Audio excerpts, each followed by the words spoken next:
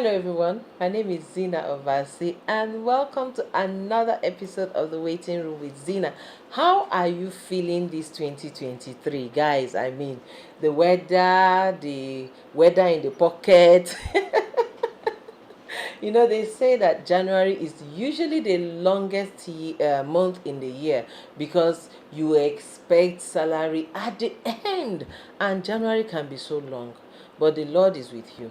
And this is the month everybody fasts. So, that will help cut down on your expenses as well. So, welcome to January and welcome to another episode of our show. I hope you have been watching. This street edition has been the blast. I mean, I've been enjoying it because it's not just me saying these things. People out there have their own opinion and it's been a blessing. And I want to really say a shout out to everyone who has been giving their views and their opinion in whatever capacity on this street edition. Thank you guys. God bless you. Today we're going to listen to more of the opinion as they share them with us on the street. I also want you to know that this book is still there for sale. If you want to pick yours, DM us and let's get your copy across to you. And if you can go on Amazon, you can also get it. Okada Books and Bamboos, you can still get them there as well. All right, so now today's episode is something that is very, very, very important. Okay, so I want you to pay close attention. We are talking about the role that in-laws should play, or the roles that they should play in the lives of a waiting couple. I mean, it's high time somebody said something about this topic. I've been dying to share this topic with you guys. Okay, so today I'm not going to talk alone because sometimes it looks like my opinion is just one-sided because I waited for 17 years and all of that. So I'm, kind of particularly empathetic to people who are waiting. But I want you to hear what people out there are saying. As an in-law, someone in the family is waiting. What should you do? What is your role? Let's hear what they have to say. The role of in-laws to their waiting couples. One is to pray, one is to love, another one is to love, and also to counsel. And if you do that to in-laws, at least to show love, that will go a long way. Pray, love, and counsel. I hope you got that right. You have to pray for the couple, not mock them, not yab them, not stress them out. Pray for them on your own, okay? Love them. Love them enough to understand that what they are going through is not their fault, okay? And be the support that they need. And counsel them. And sometimes your counseling should be coded, yeah, because what we don't want is that ear that will be deafened by so many people dropping ideas and advices and and sometimes you can be talking to people, sometimes you are talking at them. So how is your advice and your counsel coming? Are you talking at them? I heard about a couple who, at the time, the lady was working in River State with her husband, and the mother-in-law, retired nurse, I don't know where she was living at the time. At that time of the month, she'll pick up her phone and call her daughter-in-law. Okay, so your ovulation for this month is between this date and that date. So that means you are supposed to meet your husband by this time. I mean, this is my mother-in-law. Ew! Oh, you are talking to me about my sex life? Excuse me, mama. You are not the one more interested in this child than me. So she will be calling and she will tell her between this month, this date and that date, this is your the day you should do. When she's done, and this lady will just be listening as a good wife, and she will not say anything. She will listen. Then in the evening, Oga will come back from work. Men, they don't like pressure. They love their sex, but don't come and pressurize them. So she will now be trying all the tactics that mama gave her. This is even ill for the man that my mom is calling my wife to talk about my sex, and then the woman will not be the guy is not interested. Of course, you find a reason to quarrel with her. She will be crying, she will be angry. Then in the morning, mommy will call. Did you do? Then The lady will be like, your son, and they'll be like, what is wrong with you? What kind of woman are you? You are not playing the role of a wife. Don't you know? Are you not a woman? I'm like, are you kidding? You take this every month? Excuse me. You see, that is when my fangs will come out like, ah. So please, if you are taking this, don't take it. You don't have to. If you think, if I don't take it, they will say, you don't owe anybody any explanation. You are going through a lot already as a waiting woman. See, I keep saying, your mental health is very important. Our mental health is more important to me than what anybody has to say out there. So you don't have to take it. So when they are coming with the advice, pick the one that you can take. The one that you cannot take, don't take it. And then for you, in-laws, you want to advise, please try to find the best way to present your advice. And if you find that your advice is not getting across, don't go and say they are not serious because I tried to advise them, they didn't take. They don't have to take it. It's an advice. So they can choose to take or not to take. But you still have the obligation to love and support and pray for them. Okay, so let's hear what the next person has to say. It should not only be in-laws, it should be family and well-wishers. So the role that is supposed to be played by in-laws, as you rightly say, family and well-wishers, or the society in general, I think biblically as a Christian, if you refer back in the Word of God, some of our covenant fathers or patriarchs, Father Abraham, for example, we can term him to be a waiting couple. At the age of 75, he was still a waiting couple. Sarah, his wife, at the age of 75, she was still a waiting couple. Not until almost 100 years before he gave birth to God gave them the fruit of the womb. Same thing, Isaac. At a point in time, he had to pray for his wife, Rebecca. Again, if you go on and on, you can see, is it Hannah, the mother of Samuel? She too, the wife of Elkanah, she too was a waiting couple. There are several examples. So, biblically, what role did their family members or in-laws play? Some of them, they were mocked. Some of them, they were harassed. Some of them, they were intimidated. On and on, we can give example. To me, in my own thinking, the role that's supposed to be played by these stakeholders in a Christian way, first, a key role is to show love. To show love, and love has very dimension.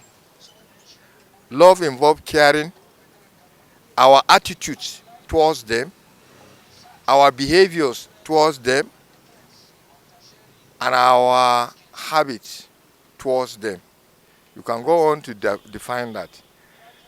It should be encouraging, it should be helping, it should be, they should have a goodwill towards, generally speaking, relations should have goodwill towards these couples. And prayerfully join them in prayer, believing that the end result is fruitful. Another man has said the same thing: love, love, love. Love them, pray with them, pray for them, support them. And but I cannot overemphasize, the importance of doing these things sensitively. Don't do it in a way that you want the world to know and see that you are supporting them. Oh, come and see you. Me, I'm not. There are some things, subtle things that people do that get at the waiting couple. Okay, even if you go for this period, we just finished the Christmas season and people came together and all of that, and maybe a couple there is waiting. That's not the time to start calling them out in front of the whole family that you want to pray for them. Yeah, we know you love them and you want to pray, but that's not the best way to do it. I mean, there's the whole gathering of how many people in your family, and then you just single them out and say, oh yeah, let's bring them, let everybody come up. You think you're doing them good. Go and pray that prayer. This prayer has no limit in the spirit. Okay, so go and pray that prayer in your home, in your house. Pray it, in a way that you don't bring them out, and remind them that small holiday that they have taken to come and enjoy it with the family. You want to remind them again that they don't have kids. So please, there's no subtle passive aggressive way of passing the message across. Let's not do that. Let's just support them. Let's hear more. The extent to which in-laws should go is the best is advising them to pray about it, encourage them by maybe sending your children to them once in a while so that they will have companionship. Don't advise them to maybe divorce the marriage. Encourage them to keep waiting on God, that at an appointed time they will have their own children. Or you can even encourage them to adopt a child. Many do not encourage them. That's why they feel rejected, and some extent get frustrated and begin to worry. Some at this point get depressed because some people will insult them with the case of their childlessness, and maybe, for example, you want to send someone's child. Imagine the person telling you that, what about your own child? At this point, you don't have a child. Definitely, you feel somehow. So, as individual, we should be able to encourage them that that's not the end of life for them. Well, I also agree with her, and I have a small advice for those who are waiting. When they gather like this, people with their children and all of that, before you start sending people's children on errands, please be very, very careful and be mindful of the kind of people. Because for me, I'm always about my mental health. Even in my waiting period, that was my number one. When I discovered how the world viewed us, I had to talk to myself and shield myself. All of those things are here in this book. Honestly, you can get it and read. I found ways of coping. I call it my own coping mechanism. So find a way to cope and find a way to protect yourself from attacks. Okay, let's hear more. The first thing that you'll do is to seek the face of God. Pray for your kids. That is the bride and the groom. Because you are their father, whether from the side of the bride or the groom. You pray for them, and not just praying for them. After you pray, you back it by the action. The action is, what is the solution of this? You recommend hospitals for them to go and do tests. Actually, when the test is being carried out, then you sit down and analyze what is the problem, where this problem is coming from, whether it's from the male or from the female, that is the woman and the man. You try to know who has the problem. But if you discover both, that they are okay and there's no pregnancy, you pray and you look for other alternative. Some people go into, IVF. Some go into, surrogacy. I quite agree with him. When you pray and you see that it's not happening, you can choose to wait for how long. You can also choose to start the process by going to start, use one of the options that he mentioned. There's surrogacy, there's IVF, there's so many options, there's adoption. If you have the money for that, you can actually start that.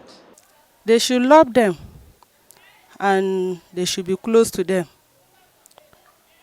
because that situation is not easy, and they should not be asking them about the condition, because sometimes when you ask, they feel like you want them to get by all means. So when you ignore them and continue loving them, showing them love, maybe if in-laws have some, maybe the extended family, they can be bringing their children to them so that they will feel at home. They will feel like they are loved, and by God's grace, they will be patient before their time. I really have to say something about what this man, bless you, man. This was a very good point you raised. You know, sometimes, like I said earlier on, when you want to advise people, and especially in this case, it's a very sensitive topic. Some people will just call you out in the midst of everybody, especially when there's a gathering. You just call them out in the midst of everybody, and you're asking them, put them on the spot. Just because this woman married into your family, she's not your slave. The fact that somebody married into a family doesn't diminish her worth. It doesn't reduce who she is. And it's high time we started attacking that mentality, especially here in Africa. The fact that someone married into a family does not make her less than anybody in the family. So that you now talk to her anyhow and subject her to ridicule and mockery just because she's somebody's wife. Excuse me, who are you? I mean, it doesn't make sense. You want to talk to me about my situation. You don't come in front of everybody and then you have to first of all seek my opinion. Do I even want to discuss that with you? That you are my in-law, you're my husband's auntie, or my husband's mom or dad doesn't give you the right to pounce on me and then start demanding answers to questions that I don't even have answers to. So if you want to talk to them, you ask for their permission. First of all, if you have something to say about the situation, you call the one that is closest to you and say, look, this is what I have thought about, and I want to, suggest to your wife and yourself, do you, or your husband and yourself, do you want me to, proffer solution or suggest ideas? And like I said before, it's a suggestion. There is still their right to either take or not to take. But to call them out and feel that, hey, come, this woman, what's even your problem? Da da da. My mom, when she got into my father's family, she said she was pregnant with my sister, 6 months. She was very slim, so nobody knew she was pregnant. 6 months gone. And one of the women just called her one day and said, hey, come here. Because she and her husband were not living in the village at the time. So they visited the family. My dad was running a bakery in Owerri. And they visited the family, the home. And this woman just called my mom and said, come, this girl, so you just came into this family to sit down. This has been 6 months since they married you. We have not seen anything. Is that how you are going to? This woman is not my father's mother. I mean, she's just a woman in the family. And she felt the right to do that. She just harassed my mom. My mom didn't feel bad because she was pregnant and she knew she was pregnant. Of course, she didn't tell her. She just smiled and walked away. But what if she wasn't? What if she had lived in that family for 12 years and somebody does that to her? So enough. We need to stop this, okay? As an in-law, your role is to love, care, support, and not to bring anyone down. If you bring them down, you're not achieving anything at the end of the day. So we need to change that. What I think in-laws should do uh, concerning couples that are still expecting or hoping and trusting God for an issue is that they should encourage them. They should know that both the husband and the wife are now a part of their family. And so when they take the two as their own, they will also be interested in looking for ways that they will help them, especially encouraging them to pray, to trust God, and to believe that God has a plan for them. Just as Jeremiah 29:11 says, the Lord has a plan for his people. And he said the plan he has for them is for good and not for evil, to give them a future and a hope, to take them to an expected end. So I believe that if these parents or the in-laws are able to accommodate this new couple, encourage them and remind them that God is still interested in them and that God has a plan for them and that they should not give up. I believe if they do that, it will go a long way in helping these couples out. Thank you very much, Ma. And that is a wrap for this particular episode, okay? So, like they said, from their mouth to your ears, as in laws, your role is to love, pray with, pray for, and encourage the couples that are waiting. If you have advice, don't shove it at them. Drop it in a way that it will make sense, that they will accept and not reject you. And even if they don't take your advice, I mean, don't feel bad. Don't run them down. Still support them and pray with them, because at the end of the day, what you're looking for is that they have children, and that is their own goals as well. And until they get there, and if you have money, support them to adopt, support them to go on IVF. It's expensive. Some of these people, they don't have the money, but if the whole family comes together and contributes, because instead of focusing on that girl you married, we told you not to marry her, you see what is happening. Instead of focusing on that, focus on how much you need for this option that you have considered, and gather it together and give them, and help them and support them along the way prayerfully. It will work. Okay, so be a good in-law. That's all we are saying to you. And you don't know your children tomorrow, you don't know what's going to happen when they get married as well. So please be a good support system to those who are waiting. The emotional trauma is not today's talk. It's a story for another day, because it's not everybody that is strong enough to come out and talk about it the way I do. I'm not even strong. I'm just, favored and blessed and lucky to be able to do what I'm doing. A lot of people, this has caused a very serious depression for them. So let's help people out there who are waiting to stand strong and focus on the positives. Thank you so much for watching. And again, I want to still thank my people out there who always come through when we need them. Thank you for watching. Thank you for commenting, because we really need your comment. It's very important to me and to us and my team. Please keep those comments coming. Keep those notifications. Just hit that notification button and get notifications whenever we drop our video. Since it's no longer a live show, don't be shy to go to our YouTube channel, Zyna TV, anytime. Go and watch the previous episodes and tell us how we can do better and how we can improve on our shows. Okay, we love you and we keep praying for you. We are very happy that we have seen 2023, and I pray that the end of it will be better for us than 2022. Thank you for watching. Remember, every Friday 7 p.m. we drop a new video on YouTube, on Facebook, and on Instagram. Go to the link in bio, click and watch all the previous episodes. Thank you for watching. My name is Zyna Obasi. See you again. Bye.